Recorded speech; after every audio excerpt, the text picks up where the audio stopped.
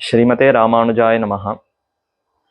वृश्चिके कृत्तिका जातं चतुष्कविशिखामणिं षट्प्रबन्धकृतं शार्ङ्गमूर्तिं கலிகமாශ්ரயே. எம்பெருமான் திவ்ய ஆயுதங்களை பற்றி கொண்டு சேவை சாதிக்கிறார். அதிலே முக்கியமானதொன்று ஷார்ங்கம் என்கிற ஆச்சரியமான அழகான வில். அந்த ஷார்ங்கம்ங்கிற வில்லினுடைய அம்சம், அதனுடைய பெருமை, பலம், சக்தி இதையே கொண்டவராக கார்த்திகை மாசத்து கார்த்திகை நட்சத்திரத்திலே திருமங்கையாழ்வார் அவதரித்தார். விருஷிகே கிருத்திகா ஜாதம். விருஷிக மாசம், கார்த்திகை மாசம், சூரியன் விருஷிக ராசியில பிரவேசிக்கக்கூடிய மாசம்.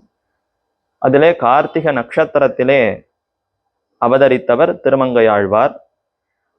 சதுஷ்கவி சிகாமணிம், 4 விதமான கவிகள் இயற்றக்கூடிய சாமர்த்தியத்தை கொண்டிருக்கிறார்.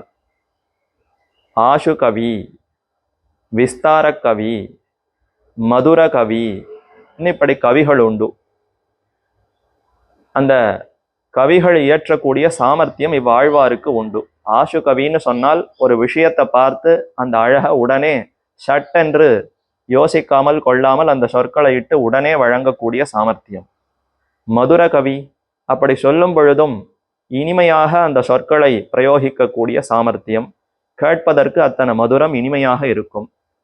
அடுத்து விஸ்தார கவி என்றால் அந்த அர்த்தத்தை சுருக்கமற, அதுல என்னென்ன பெருமைகள் உண்டோ அது அத்தனையும் நன்றாக புலப்படக்கூடிய விதத்திலே, வெளிப்படக்கூடிய விதத்திலே விஸ்தரித்து கூறுதல், அது விஸ்தார கவி.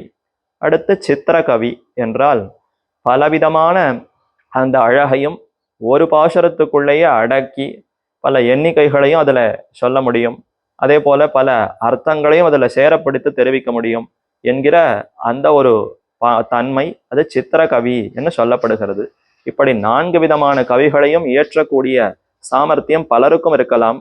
ஆனால் அவர்களுக்குள்ளே இவர் தலைவராய் ஷிகாமணி என்றால் சிரத்தாலே, அப்படி தலையாலே தாங்கப்படக்கூடிய ஒரு பெருமை. ஷிகாமணின்னா தலைக்கு மேல அணியக்கூடிய ஒரு கிரீட்டமோ ஒரு ஆச்சரியமான ஒரு ஆபரணம், மணியோ, அதை போல இவ்வாழ்வார் திகழ்கிறார்.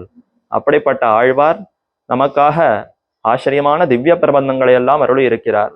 அதிலே முதல் திவ்ய பிரபந்தம் பெரிய திருமொழி என்று கொண்டாடப்படக்கூடிய திவ்ய பிரபந்தம். அந்த திவ்ய பிரபந்தத்தினுடைய பெருமையை அப்பிள்ளை எனும் ஆச்சாரியர் திருமங்கை ஆழ்வாருக்கு இருக்கக்கூடிய வாழி திருநாம பாசுரத்திலே 3வது பெருமையாக விண்ணப்பிக்கிறார். நலம் திகழ் 1084 உரைத்தான் வாழியே. நலம் திகழ், நலம் என்றால் நன்மை என்று ஒரு பொருள். மற்றொரு பொருள் பக்தி.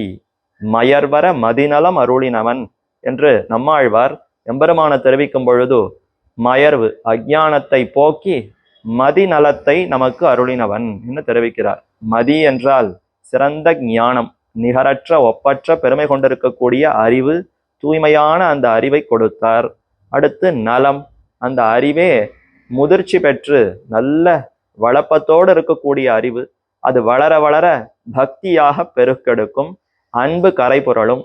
அந்த அன்பு, பாசம், பெருமானிடத்துல இருக்கக்கூடிய காதல், அவரிடத்துல ஒரு பக்தனுக்கு ஏற்படக்கூடிய அந்த காதல், அதுவே நலம், பக்தி என்று சொல்லப்படுகிறது. அப்ப அந்த பக்தி ததும்பக்கூடிய பாசுரங்களை இவ்வாழ்வார் கொடுத்திருக்கிறார். நலம் திகழ் 1084 உரைத்தான் வாழியே. நலமாகிற பக்தி, அந்த பக்தி அது இதுல ரொம்ப பிரகாசமா இருக்கிறது. இந்த பாசுரங்களை கற்று பொருளை தெரிந்து கொண்டு பின்னர் தான் பக்தி தேடி பிடித்து வர வேண்டுமானா அப்படி அல்லவா. பாசுரங்களை கேட்கும் பொழுதே தன்னடைய பக்தி அனைவருக்கும் பிறந்துவிடும் என்ற அளவிற்கு இதுல பக்தி திகழ்கிறது. இந்த 1084 பாசுரங்கள் கொண்டிருக்கக்கூடிய பெரிய திருமொழிங்கிற திவ்ய பிரபந்தம் ஆழ்வாருடைய முதல் திவ்ய பிரபந்தமாக அமைந்திருக்கிறது. பரமபக்தி தலையெடுத்து அவ்வாழ்வார் விண்ணப்பித்திருக்கக்கூடிய ஆச்சரியமான திவ்ய பிரபந்தம். இதுல 1084ங்கிற எண்ணிக்கை எப்படி ஏற்பட்டது? மொத்தம் 11 பத்துக்கள்னு பிரிக்கிறார்கள். முதல் 10, 2ஆம் 10, 3ஆம் 10ன்னு வரிசைப்படுத்தினால் 11 பத்துக்கள் இருக்கும். ஒவ்வொரு 10லும் 100 பாசுரங்கள். அப்போ 11 பத்துகள்ல 1100 பாசுரங்கள் இருக்க வேண்டுமே என்றால் அப்படி அல்ல. 11வது பத்துல 8 பதிகங்கள் தான் இருக்கு. ஒரு பதிகத்துக்கு 10 பாசுரம். இப்போ 11ஆம் பத்துல 8 பதிகங்கள், ஆகவே 80 பாசுரங்கள் தான் அதுல இருக்கிறது. அப்படி பார்த்தாலும் 1080 பாசுரங்கள் தானே வந்திருக்க வேண்டும். மீதி 4 பாசுரங்கள் எப்படி அதிகமாக வந்ததுன்னா, அது இவ்வாழ்வாருடைய அனுபவம் அப்படி இருக்கிறது. பெருமான் தன்னுடைய அனுபவத்தை கொடுக்க கொடுக்க இவர் அனுபவித்து பாசுரங்களை பாடினாரே தவிர, இவர் சங்கல்பித்து கொண்டு நான் இவ்வளவு பாடப்போகிறேன், இன்னென்ன பாடப்போகிறேன் என்று முடிவெடுத்து யோசித்து பாடவில்லையே. பெருமானா காட்ட காட்ட இவர் பாடுகிறார். அதுல 10ஆம் பத்திற்கு மேலே அவதாரங்களை பத்தின ஆச்சரியமான அனுபவம். 10ஆம் பத்துக்கு முன்னாடி 9ஆம் பத்து இறுதி வரை அத்தனை திவ்ய தேசங்களையும் சேவிக்கிறார். தொடக்கத்துல வாடினேன் வாடி வருந்தினேன்னு தொடங்கினவர் நான் கண்டு கொண்டேன் நாராயணா என்னும் நாமம் என்ன எம்பெருமானாலேயே திருமந்திரத்தை உபதேசிக்கப்பட்ட பெருமை. தன்னுடைய கத்தியை உருவி சொல்லுகிறாயா இல்லையா, என்ன மந்திரம் போட்டாய் சொல் என்று கேட்டு மந்திர உபதேசத்தை பெற்றார். பெற்ற பின்னர் யோஹோ, இப்படி அந்த எம்பெருமானிடத்திலே அபச்சாரப்பட்டு விட்டேனே, இத்தனை நாளும் எத்தனையோ பாவங்களை செய்து பாவியாகி விட்டேனே, என்னுடைய காலத்தை எல்லாம் வீணே கழித்தேனே, இத்தனை பாபங்களையும் இப்ப எம்பெருமான் மன்னிக்க வேண்டுமே என்ன பெருமானிடத்துல வருந்தி வாடினேன் வாடி வருந்தினேன், செய்த குற்றங்களை எல்லாம் இப்பொழுதுதான் உணர்ந்தேன், தவறு மன்னிக்க வேண்டும் பெருமானே, உம்மை விட்டால் நமக்கு வேறு கதி இல்லை என்று பெருமானிடத்துல அந்த தன்னுடைய உணர்வு தான் எப்படி உணர்ந்து விட்டேங்கிறதையெல்லாம் விண்ணப்பிக்க கூடியது.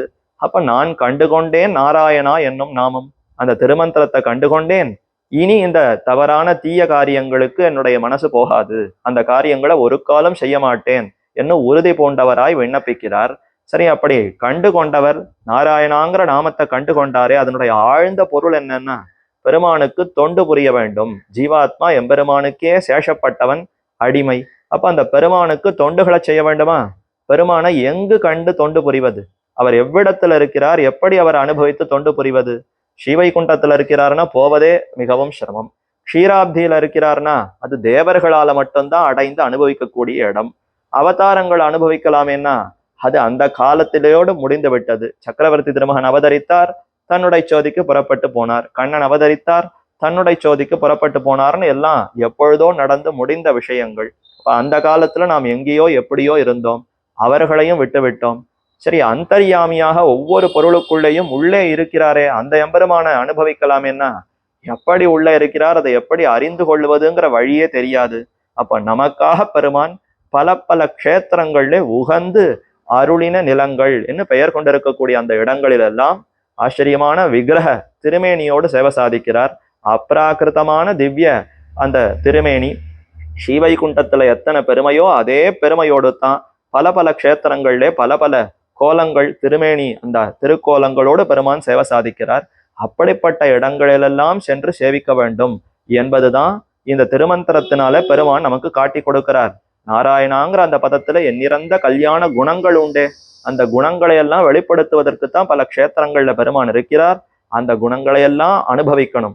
பகவத் அனுபவ ஜனித பிரீத்தி, அப்படி அனுபவிக்கத்தான் அவரிடத்துல உகப்பு, அன்பு, பாசம் ஏற்படும். அந்த பாசத்தினாலேயே பெருமானிடத்துல தொண்டுகளை புரிவதற்கு ஜீவாத்மா முயற்சி பெற்று மேற்கொண்டு முயற்சியோடு தொண்டுகளை புரிவான். இதைத்தான் எம்பெருமான் காட்டி கொடுத்தார். ஆகவே இனி அந்தந்த க்ஷேத்திரங்களை போய் சேவிக்க வேண்டும், தொண்டுகளை புரிய வேண்டும்னு தொடங்கினார். வாலிமாவலத்து வருவனது உடல் கெட என்று திருப்பிருதிங்கிற உயர்ந்த க்ஷேத்திரம், பதரிகாசிரமத்திற்கும் மேலே இருக்கக்கூடிய க்ஷேத்திரமாம்.